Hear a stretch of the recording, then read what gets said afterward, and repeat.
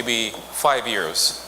And one of the issues relates to pastors committing suicide. For those of you who were in the leadership conference that we had earlier,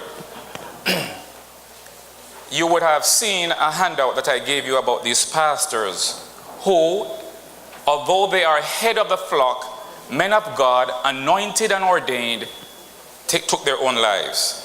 For example, look on the screen. Pastor D.B. Antrim is one of them.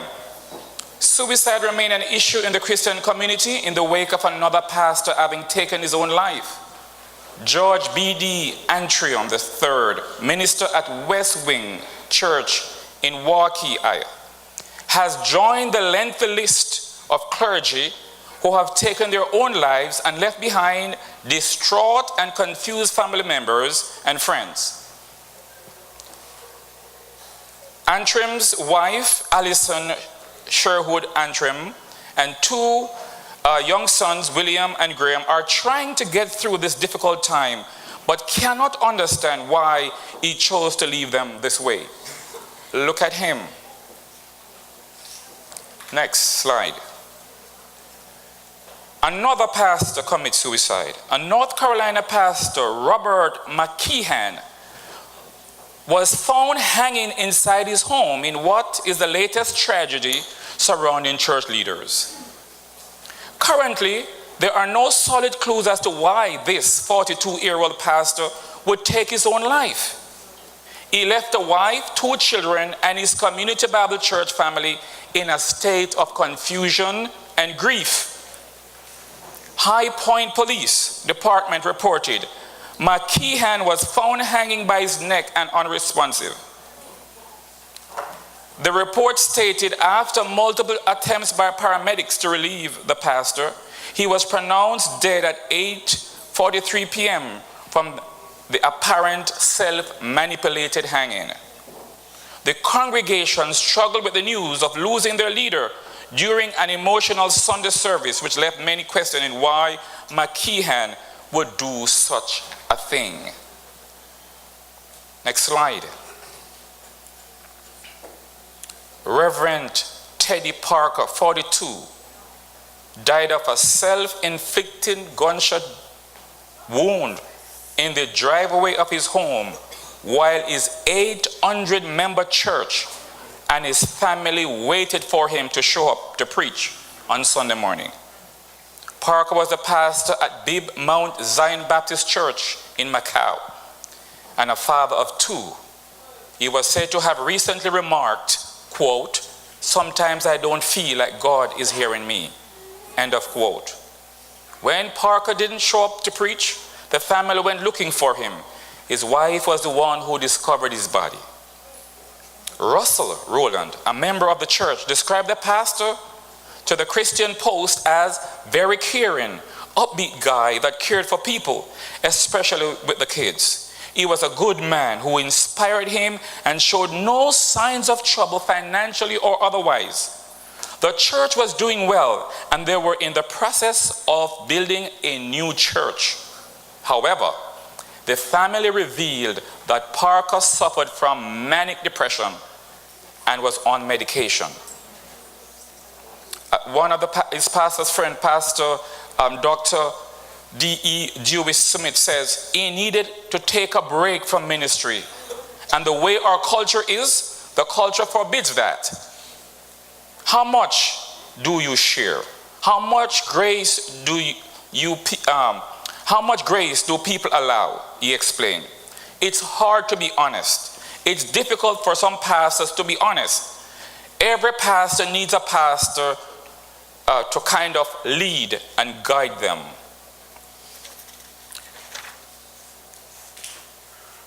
Finally,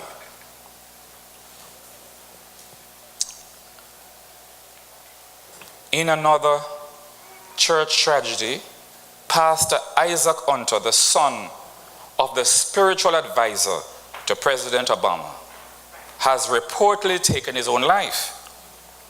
Hunter's death is making national headlines because of his mega church father Joel Hunter's influence on the White House.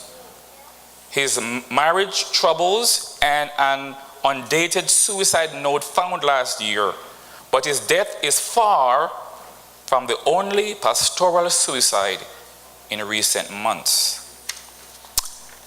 But, ladies and gentlemen, I begin by looking at what is happening to pastors. It is also a phenomenon within the congregants of the church. And this is one of the topics that churches refuse to address because it is the silent thing that we do not touch. Let's look at two incidents of two well-known people who are Christians of some stature who have committed suicide. Sister Veronica and Sister Shanna, please come.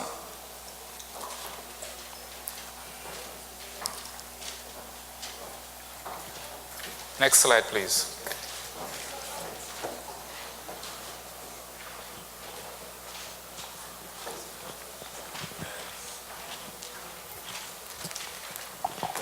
Mike.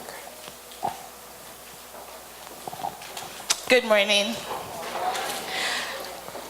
Looking at Dr. Belinda Moss today, you would never think she had suffered with depression over 20 years. She's a highly educated honor graduate, a retired career Air Force officer, a humanitarian, minister, and prolific orator. However, as a child, she was never happy with herself and longed for acceptance. Dr. Moss had low self-esteem and was unhappy with her appearance. She used her intelligence to mask her insecurities. Unfortunately, she grew into a woman with insecurities. Dr. Moss says, most of my adult life was spent meditating on me. Though she was saved in the 1980s, she struggled with depression. Many people suffer from depression, she says. According to the National Institute of Mental Health statistics from 2006, during any given year, 9.5% of the American population, or about 18.8 million people, will suffer from a depressive disorder. Mental health professionals admit there is no cure for depression. Good afternoon. Former 700 Club co-host Sheila Walsh talks about her journey back from the darkness of depression. Sheila Walsh writes, like most of you, I am deeply saddened whenever I hear that a fellow believer has succumbed to suicide. For me, as for a few of you, it will always hit closer to home. My father took his life by drowning when he was 34, leaving my mother with 3 young children and questions that no one on this earth could answer. I grew up struggling with depression, believing that no matter how fast I ran or how hard I worked, my father's final choice would be mine as well. I understood so little about mental illness during those years. For many who take their lives, the element of choice isn't there anymore. The darkness is too dark, the pain too deep to even begin to reason. Thank you. Praise the Lord, church. I just want to introduce a wonderful lady, very quiet, very understanding. When we have a big thing going on the floor with patients, we could depend on her, we could call her, we could say, Dr. Lowe, so and so, she would be there. And I just want you guys to just listen keenly to whatever she has to say, because in our communities, in our own home, in our church, we don't know what is going on with each other. We all have something going on deep inside, even our own self. We don't know we're depressed. We are depressed. And even though we're not on medication, we have others who are on medication, we have to just give an eye, hug somebody. Somebody just need a little comfort, just a little say, hi, how are you today, because we don't know what is going on inside of them. So now I'm going to introduce Dr. Lowe, a very special lady on our unit, 11B, North Central Hospital, and she's coming from Jacobi Medical Center also. So give it up for her. Diagnosis is schizophrenia. It's a chronic severe brain disorder which people have difficulty interpreting reality. Episodes of difficulty interpreting reality is called psychosis. You can have hallucinations, delusions, and extremely disordered thinking or behavior. Now, people with mood disorders or drug use can also have episodes of dyspsychosis, where they may see or hear things, but the quality of the symptoms, the prognosis, the duration is very different. For those other illnesses, it tends to be more transient or secondary to something else. For schizophrenia, it's the hallmark of the illness. Contrary to popular belief, schizophrenia is not a split personality, nor is it multiple personality. That's another, I think, social misunderstanding that people think. And it can affect anybody, everywhere, no matter how much money you would make, no matter what your race is, whether you're in Australia, whether you're in the Congo, whether you're in New Jersey. It's 1% of the population across the world. Men, women are the same. So, I mean, it's the one diagnosis where I think we know the most about. And studies of brain tissue post-mortem and through imaging have actually shown differences in the brain. So it's the one we have the most hardcore medical data on. You know, a big problem with schizophrenia is that it has a very high suicide risk. About 1/3 of people with schizophrenia will attempt suicide in their lifetime. And about 10% of people with schizophrenia actually succeed with suicide. As you can imagine, it's an extremely severe illness with a lot of suffering. And the suffering is greater because, let's be realistic, a lot of people just don't understand it and don't appreciate their suffering. So that's, I guess, my particular favorite diagnosis. The next big one is depression. It's a mood disorder. It's a persistent feeling of sadness or loss of interest. Some people call it major depression, some people call it unipolar depression, some people call it clinical depression. It's all the same thing. It's just different names for the same thing. It's more than just having the blues for a few days. It's not something you can just snap out of, where you can just go and get your hair done and feel better. Everybody feels sad or blue for a few days, but the feeling is short-lived. It usually goes away. It's usually secondary to a stressor. If the stressor goes away, the depression goes away. I've seen people who have everything going right in their life become depressed. I tell people you could have $1 million in the bank, you could have the most handsome husband in the world, the most beautiful children, the most beautiful wife. Everybody loves you at work, and you still feel depressed. So it's not simply having a bad day and you're reacting to it. Everything can be going wonderful in your life. You can be, very loved in your church. You can have a great job, and you can still feel depressed. And it can be an inexplicable depression. If anything, people get mad at themselves. They're like, why am I depressed? I have no reason. Why do I feel this way? Depression is a prolonged suffering. It actually can interfere, and by definition, it interferes with your normal day-to-day activities and make you feel life just isn't worth living. It could also lead to physical problems. It's the one illness that actually we have a lot of research and correlates greatly with worsening of physical conditions, in particular cardiovascular disease. The links between the risk of death from cardiovascular disease with depression is well proven, well studied, and cardiologists are actually paying a lot of attention to it because obviously they want their patients to survive and live longer. And there's just this strong link, which we're not really sure of the reason why, but there's a huge link between depression and cardiovascular disease or the risk of death from it. And also the other big symptoms are changes in sleep, changes in appetite, and it weakens your immune system. So having untreated depression, it's not just the psychological symptoms, but understand that it also can go into other elements of your body. Among people who die by suicide, depression is more common than any other disorder. About 60% of people who have suicide have had depression. And interestingly, it's greater among women than men. Now, then there's bipolar disorder, also a mood disorder. It's characterized by mood swings. The old name was manic depression, because you can have depressive episodes, like with major depressive disorder, and you also have something called manic episodes. It's where you're feeling on top of the world, high. You can feel revved up. Some people don't sleep for days. Other people with it present extremely irritable, angry. And I don't mean just, a little bit. Like they're so angry it's uncomfortable for the individual. It's difficult being in their own skin. Those people in particular are at high risk of suicide because the irritability and anger becomes so uncomfortable. Now keep in mind, we all get irritable, we all lose our temper, we all get a little loud. These episodes don't last minutes or hours, they last days, by definition. So someone who's up and down throughout the day is less likely to be properly diagnosed as bipolar. Its episode, by definition, for a manic episode should be at least a week, unless it's interfered with by medication. So again, it's not equivalent to a bad temper.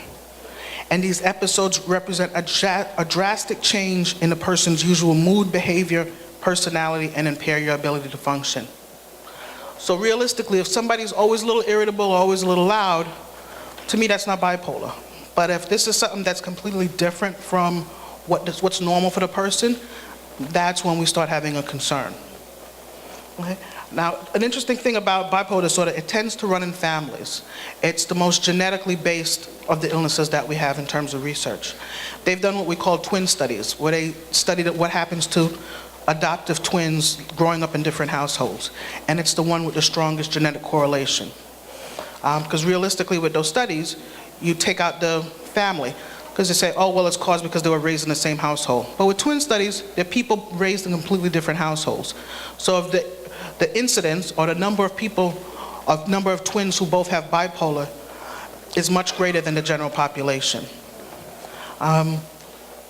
Also, in terms of the physical problems with bipolar disorder, if you can imagine if you were up awake for 3-4 days in a row, not sleeping, running around, you can get into some big trouble. You think you're on top of the world. Some people believe they're on a mission from God. Some people believe they're millionaires.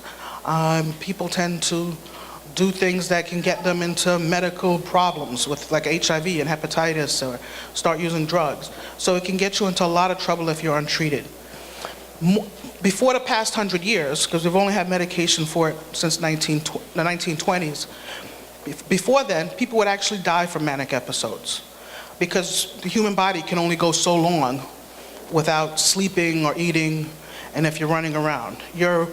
What we call, I guess everybody calls adrenaline, is so revved up, the risk of you dying from just a heart attack, dehydration, stroke, becomes much greater. So it's a pretty serious illness when you're acute.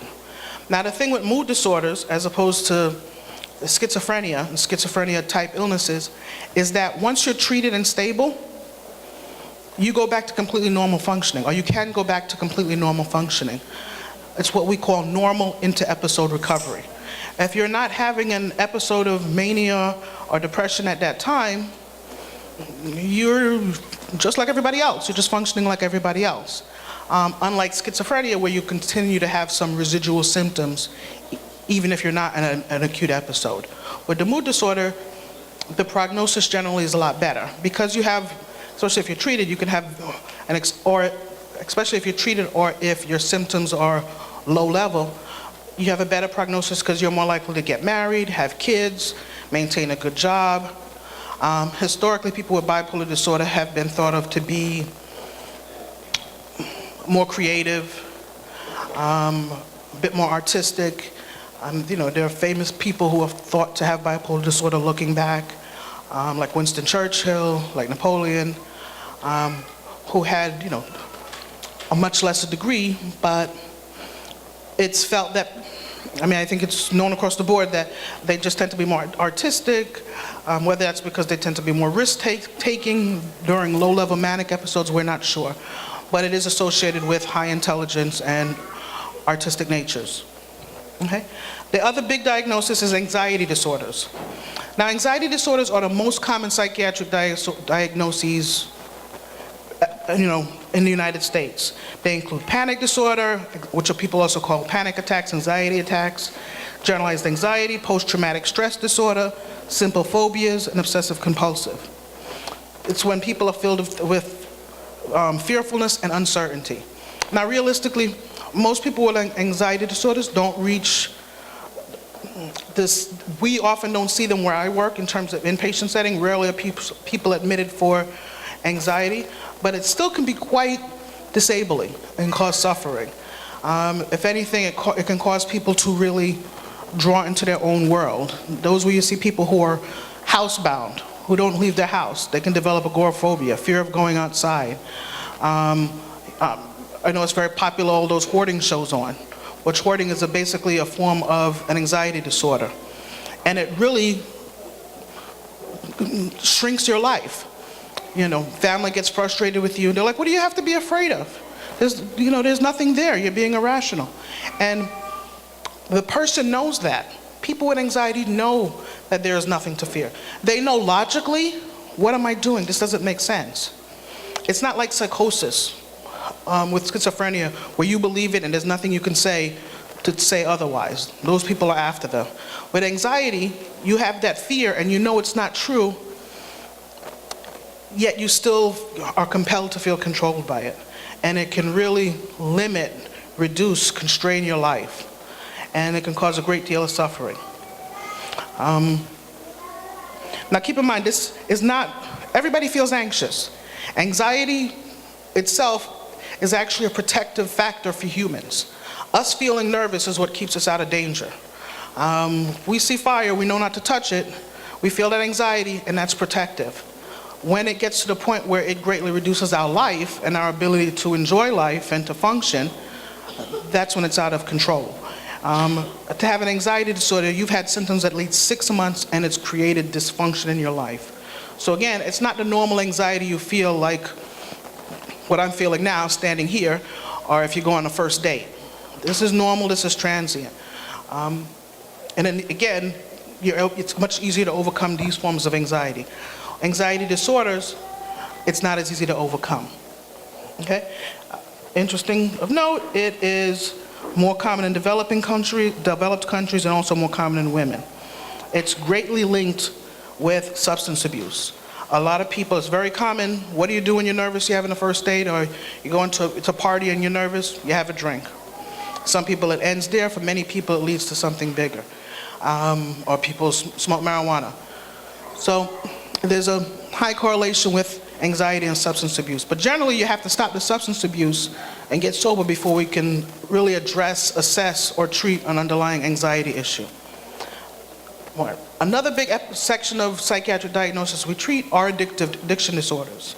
That happens to be my field of interest. I worked in the substance abuse clinic for about 7 years before I came to NCB. And it's also an interesting group of patients because, me personally, I think I have a thing where I like to help out the underdog, which is probably why I'm in psychiatry. And I think people with substance abuse are even the underdogs in psychiatry. People don't like to treat them. A lot of doctors don't like to deal with substance abuse patients, medical and psychiatrists. They say that they're just thought to be evil people making bad choices, but it's not that simple. And don't get me wrong, there are bad people who use substances, just like there are bad people who don't. But it's the only field in psychiatry where I find that once you treat them, you see the biggest change in people. I've seen people who you would say this person is completely evil, amoral, can't trust them, say the most evil things, do the most terrible things, willing to give up their kids, willing to lie, willing to steal. But once they're sober, you get to see the real them, and it can be a completely different person. It's the one field of psychiatry where you almost see a change in personality in the person. I think drugs and alcohol abuse, I don't think people appreciate how wicked it is in terms of what it does to the individual's personality. So it's the one field where you have the greatest growth in recovery. The problem is, it's rare to have that. But when you do, it's great to see. And just because it's rare, don't mean you can't aim for it. Now, addiction is any compulsive substance use or behavior that occurs despite harmful consequences. People lose their health, their finances, their relationships, their careers, and in the end, they don't have control of what they're doing. Now again, yes, they choose to go out and do that particular thing, but if I could explain to you the strong drive that drives them, especially when they're still in denial. 9 times out of 10, it's just admitting there's a problem. And for family to admit that there's a problem too. You'd be surprised how many families can say, look, just stop, you'll be fine, there's nothing wrong. But when you really address it full on, I mean, you'd be shocked at what changes can come.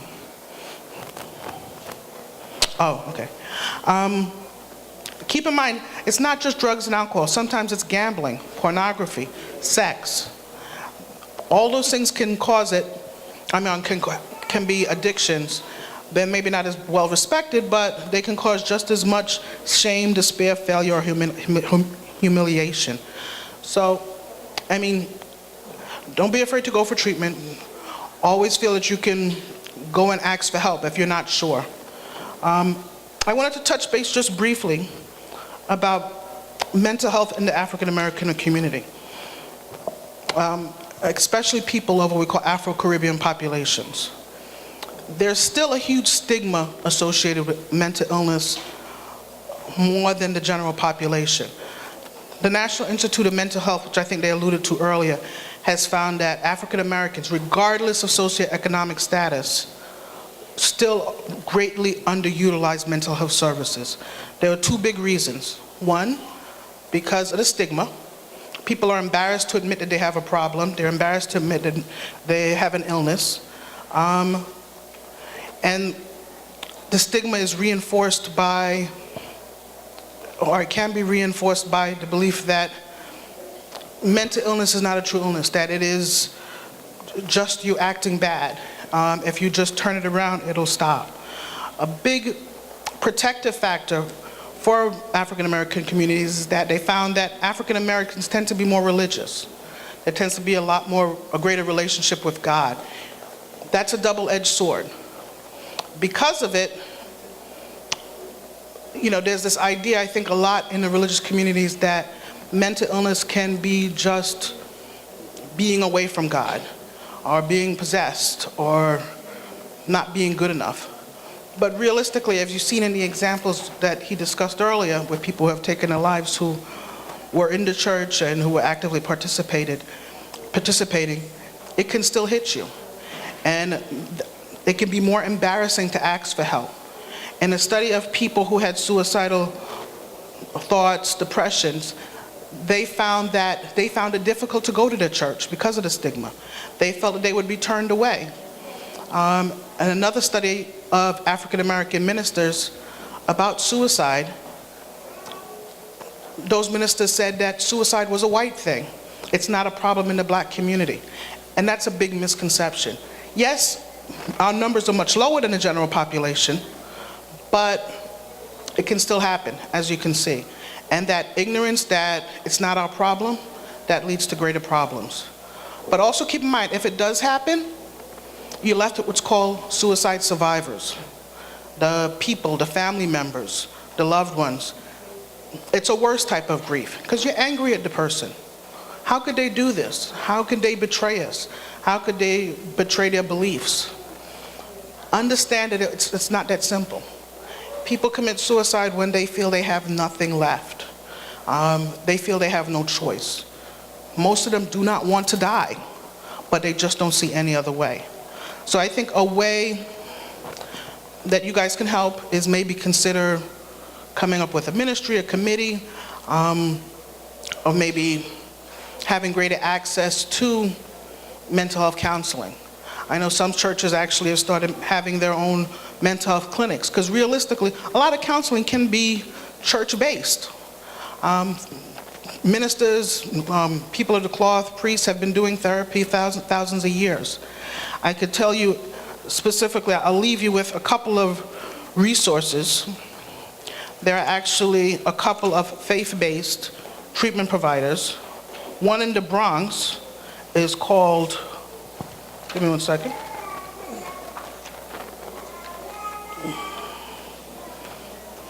Full Circle Health. It's a local Bronx faith-based counseling center. They do family, individual, marital therapy, and they have a special emphasis on Afro-Caribbean populations. So if you want any additional information, you can ask me for the number, or you can just look it up online, Full Circle Health. Another national program is called Celebrate Recovery. They're a Christ-based approach to recovery program. And if you look online, they have resources, national events. It was actually started by a pastor whose son committed suicide or who was suffering from depression. So understand there are resources out there. And maybe this is something you guys can get together and at least have a gateway for people to turn to where they don't have to feel embarrassed or ashamed, because it can happen to anyone. Religion is a protective factor, and having a relationship with God is definitely a protective factor and reduces your risk, but it doesn't protect you fully. So don't be fooled. Any questions?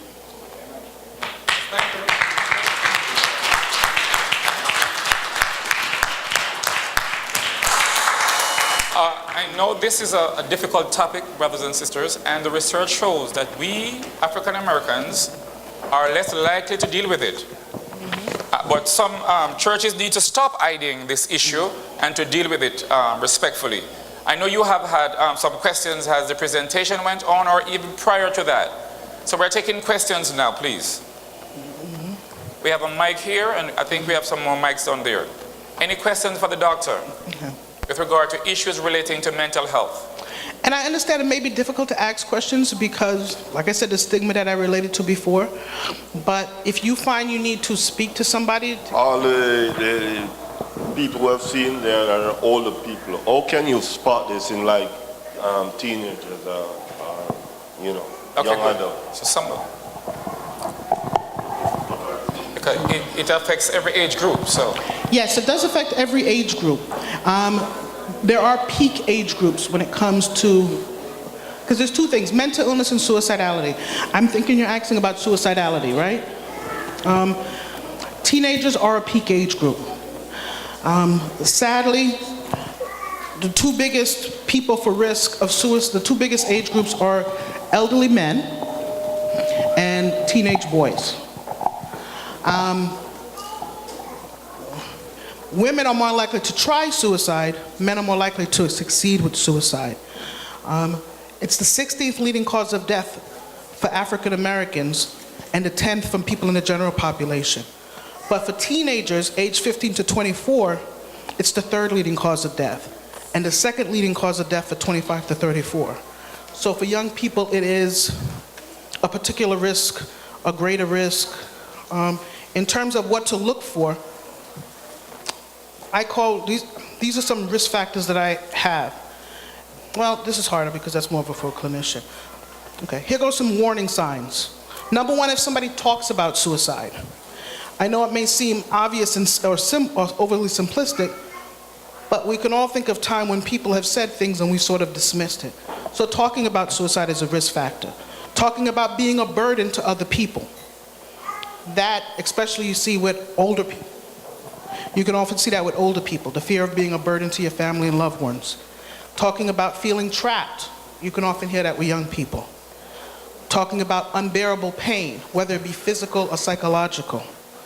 You see that they have increased use of drugs or alcohol, or starting to use drugs or alcohol. The classic example is, this is a good kid. He was doing good in school. I had no problems with him. He did everything he's supposed to do. All of a sudden, he's talking back. He's being nasty. I see him drinking. And I'm not talking about a kid who usually does this. I'm talking about a change in behavior. You find that they're researching ways to kill themselves. That's what young people in the computers. I always personally think it's good to know what they're doing when they're online and their phones. And if you find that they're actually researching ways of harming themselves, that's a huge red flag. Pulling away from friends and family. Now, normally teenagers are supposed to pull away from their family during as part of development. But if it's abrupt, and especially if they're pulling away from their friends too, they're isolating, that's a big risk factor. Sleeping too much or too little. Giving away things that you know are important to them, another big red flag. And a huge one, visiting or calling people to say goodbye. You're hearing that they're calling their friends, they're going to grandma's house to say goodbye. If that's unusual, that's are all warning signs. People who are more depressed, more irritable, people who are suffering some sort of humiliation. Those are all risk factors you can look for. Thank you very much. That was a very good question. Very, very good. Come on. Thank you so much for that. Because you notice, and please note again, we emphasize the two main groups, elderly men and teenagers. All right? All right, question. Could you give her a mic, please? Come on, gentlemen, I need help. There should be 2 mics.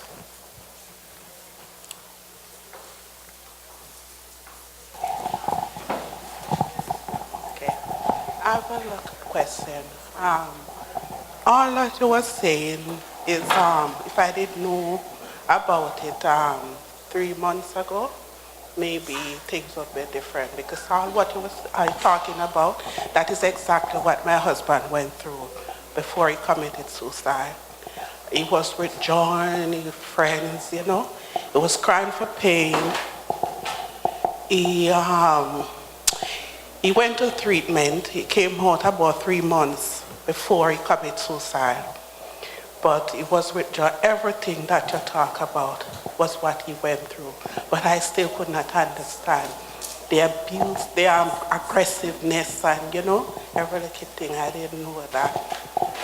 And what I want to ask you, how can I get healing? Because every day I cried.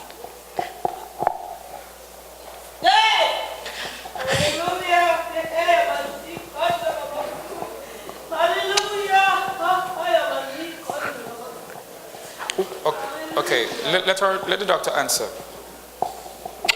I was crying. I think you need support, because we found that, again, what I call a suicide survivor, someone who, the loved ones, the family members, the spouse, the children, it is very different than when you lose somebody from an illness.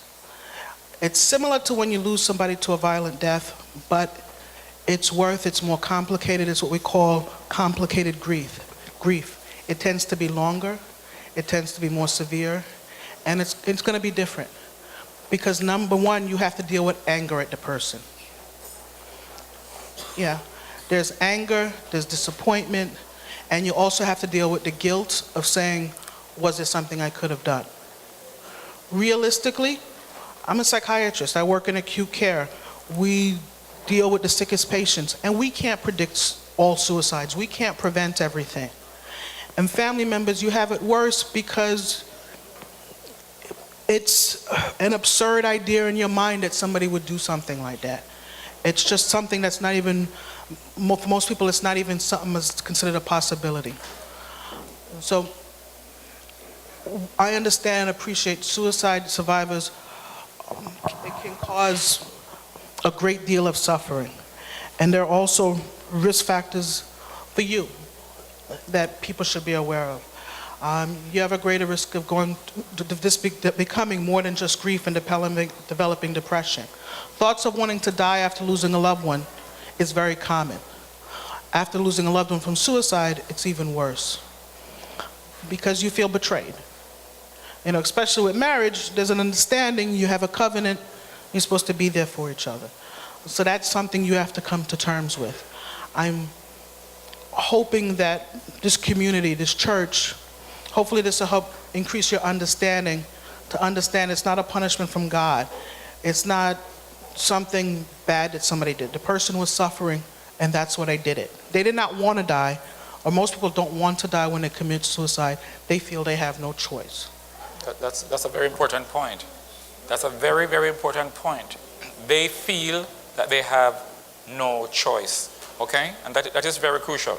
Now, Doc, we're going to come back to you for specific ways in which we as a community can be of support to her, because we have been doing whatever support we can, but obviously there are protocols that we can follow so that we can be of help to her.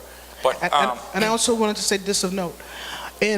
For dealing with suicide survivors in the Black community, I think there's an assumption, though, that with the church will help them.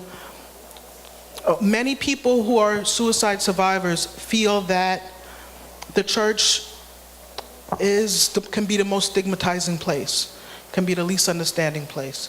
So hopefully you guys can prove that wrong. Yes. Okay. Yes. Did you hear what she said a while ago? Huh? Did you hear what she said? So some people believe that the church is the most what? The least understanding, all right? And so we have to prove that wrong in the support that we give to our sister. I mean, we have been getting commendation of the way in which we have been working with her already, but as I said, I would like to have specific protocols and, a team of people assigned for her healing, all right? Because the healing process will take a while, wouldn't you say, doctor? Like I said, it's not like typical grief. We've all lost loved ones. We've all lost family members.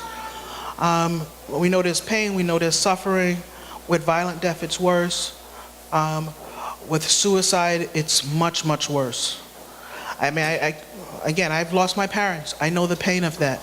But with suicide, it's a completely different ballgame. Suicide survivors tend to suffer longer.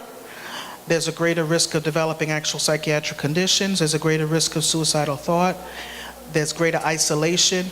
Studies have shown that 1/3 of people lie about how their loved one died because of the shame of it. I mean, imagine that you're so embarrassed because of the stigma that you actually lie about something so serious in your life. So I beg you to try and lift that stigma for someone, for this lady, so she doesn't have to go through that suffering, or to reduce it, because you're still gonna suffer, but there's something you all can do to make it easier and that it doesn't become something dangerous in and of itself. Thank you. Next question. Yes, Sister Boswell. Oh, so before you go, one of the big risk factors that I didn't get a chance to mention was children who have parents who have committed suicide are at much greater risk for it also. I don't know your family makeup, but there's a social modeling that occurs. People don't realize it when they do it, or they're in so much despair that it doesn't even occur to them. But I understand spouses, but in particular any children and young people, it's just something to be aware of, because on some level you sort of say it's okay to deal with stressors this way. It's irrational, but that's how some young people feel. So understand there's a greater risk factor for the children in the family in these situations. I'm sorry, go ahead, ma'am. Good morning. I don't think if I hear you quite right, but I think you said that the medication is there to help you to make you feel better or get better. But what about, I don't know if that 1% or whoever of patient, because I work in psychiatry too, that the medication, if the person is depressed, also push you even more to commit suicide. You mean being on meds? Yeah, because some medication I push you to more to have the feeling of committing suicide. That's a valid question, and I know you mentioned that he was in treatment, and understand that studies have long shown that the greatest risk of suicide for a suicidal patient, especially someone who's been admitted to the hospital, is the first 11 days after hospitalization, especially when they're first on meds. They have the greatest suicide risk. Now, is it the medication that is making the person suicidal or worsening the suicide? In fact, the FDA has added what we call black box warning for adolescents and certain antidepressants that it increases the suicide risk. In looking at it historically, we found that many people, especially when they're at that severe, deep level of depression, where they don't want to get out of bed, they don't function, they just lay there for the most part, or they're just sitting somewhere being angry. Often, starting medication, the first thing that happens is you can get your energy back, your cognition back, before mood. It often takes, I'd say, 3 to 4 weeks before your mood really starts to catch up to the other symptoms that are improving. You're getting more energy, you're getting more, you're thinking more clearly. You could be less irritable, but you can still be depressed. So often meds make you feel physically better and more able to do something, like suicide, before it actually gets a chance to treat the depression. What can we do about it? Do we not give meds? No, because in the end, we don't want somebody suffering all this time. We're aware of the risk, and we try to have intensive follow-up right after somebody starts meds. That's the most intensive time in which we have follow-up. And we also educate the family to be aware of the warning signs of what to look for. Realistically, we can't prevent all suicides. We're gonna miss some. The family's not always gonna see it. But the more educated we are, the more aware we are, like this person's been depressed, they had some thoughts, or they're depressed and they're just starting meds, so they're gonna have more energy to do things, and some of those things may be bad. We all just have to be more aware, alert, and keep an eye on them. Do you understand what I mean? Let me go a little further to say, if a particular patient is given, say, 4 different medications, and all 4 of them has the potential to create depression or suicidal ideation, should there be a particular medication that is an antidepressant, a part of the cocktail? I want to correct that, because the medications themselves don't cause the suicidal ideation. Okay. The underlying illness causes the suicidal ideation. The medication can treat some symptoms better than others, making the suicidal ideation more prominent, but understand the meds directly don't cause suicidal ideation. I want to get that point. Do you understand what I'm saying?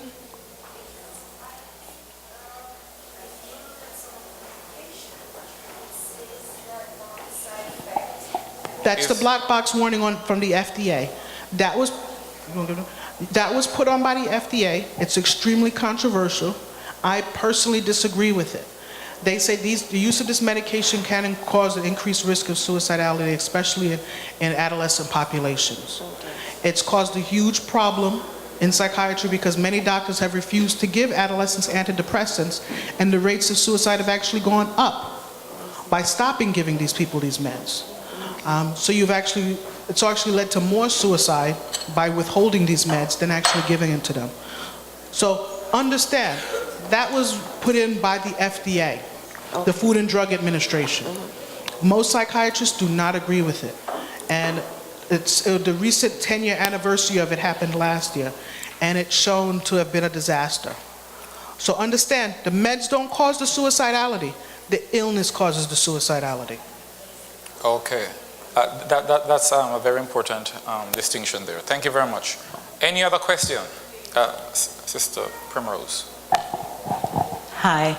You know, that you made a statement at the last about God protecting you, but you are not completely protected.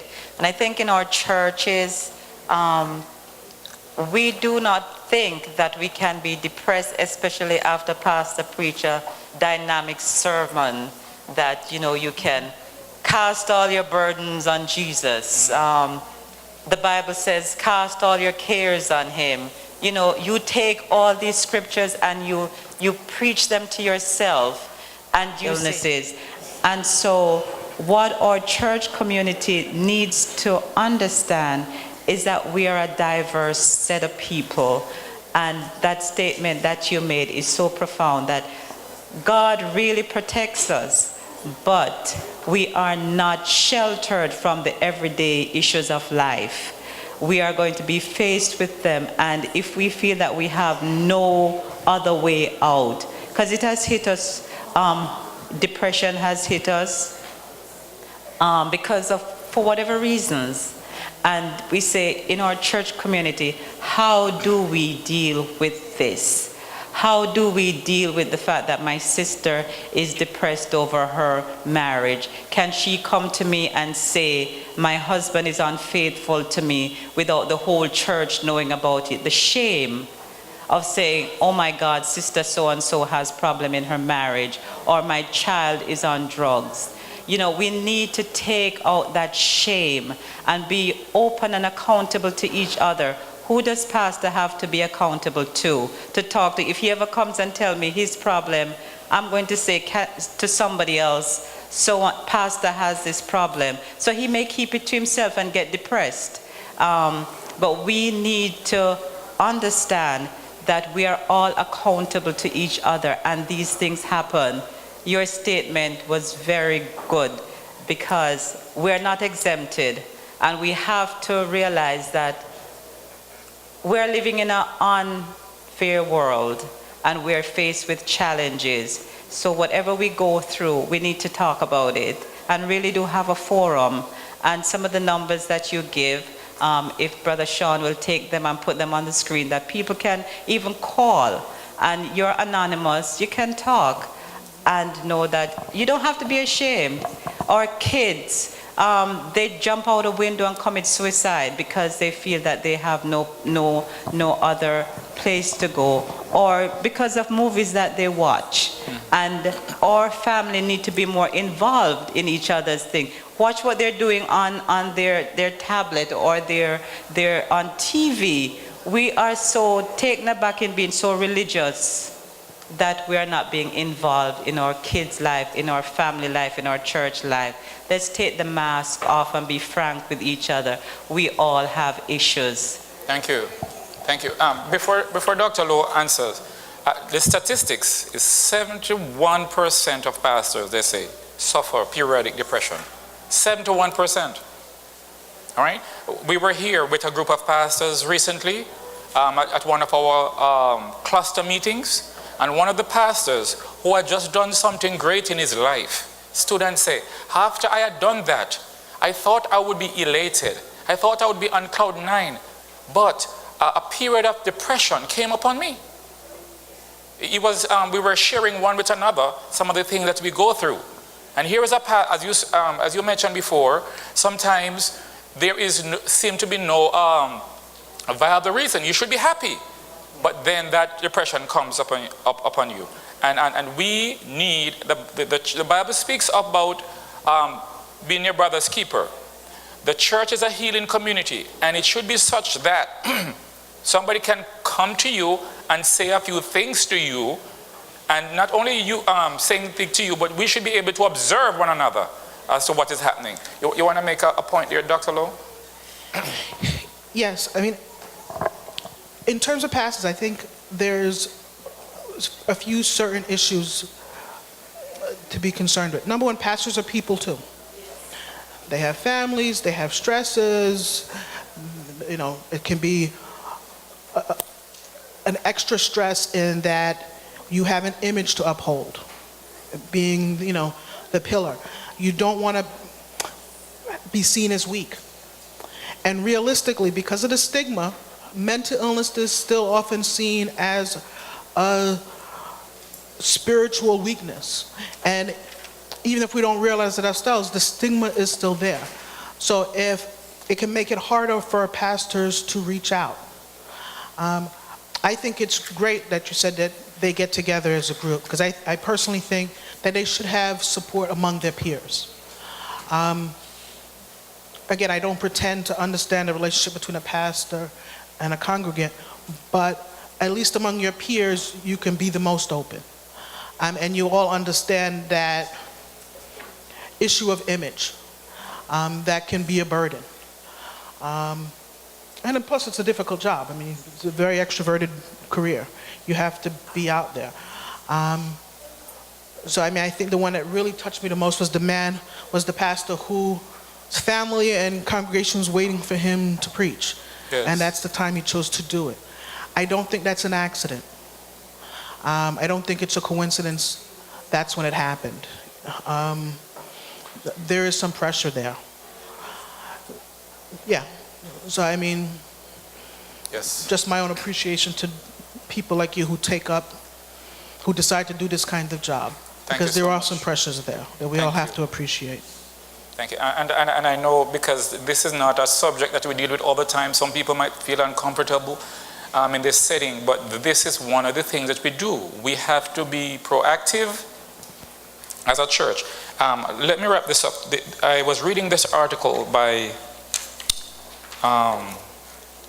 Ed Stetzer, CNN special report, and speaking to the church, he says, how do we address this issue? And number one, he says, churches need to stop hiding mental illness, number one. And number 2, he says, the congregation should be a safe place for those who struggle. Number 3, we should not be afraid of medicine. And number 4, we need to end the shame. Yes. Agreed? Come on, give the Lord some praise here today.